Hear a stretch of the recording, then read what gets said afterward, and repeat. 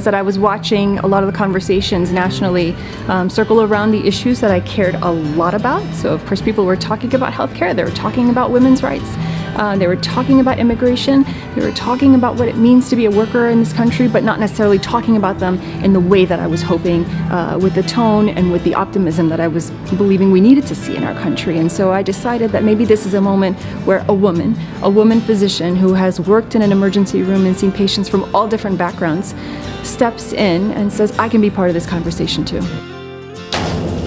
One of the big things is that people, as I mentioned earlier today, people walk away with prescriptions in hand, but they can't actually fill them because they can't afford to.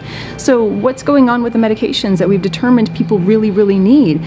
Well, they're being locked up in a price war, really. You've got pharmaceutical companies who are insisting that they want to hold on to their patents, so generic medications are stuck behind this great big wall.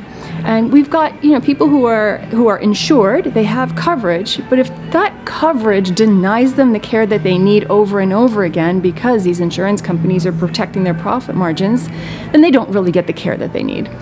For areas that are underserved, where they don't have access to primary care or specialty care, we can actually invest in the education system for physicians, for other kinds of clinicians to actually deliver preventative care, because there's a return on investment there. There's a woman who has a hairdressing salon, and she stopped me when I walked in the door and I said, hi, I'm running for Congress, I'm a pediatrician, I'd like to introduce myself. She said, hold on, are you a Democrat or a Republican? I said, I'm a Democrat. She said, okay, then come in and you can keep talking. So you can see that people are, there is diversity of ideology here, there are diversity of issues that people are facing. Many of them are very similar to what people are facing in other parts of the district, and healthcare is one that I think really brings people together. I will say that this is an absolute pleasure for someone who has not been involved in the political process before.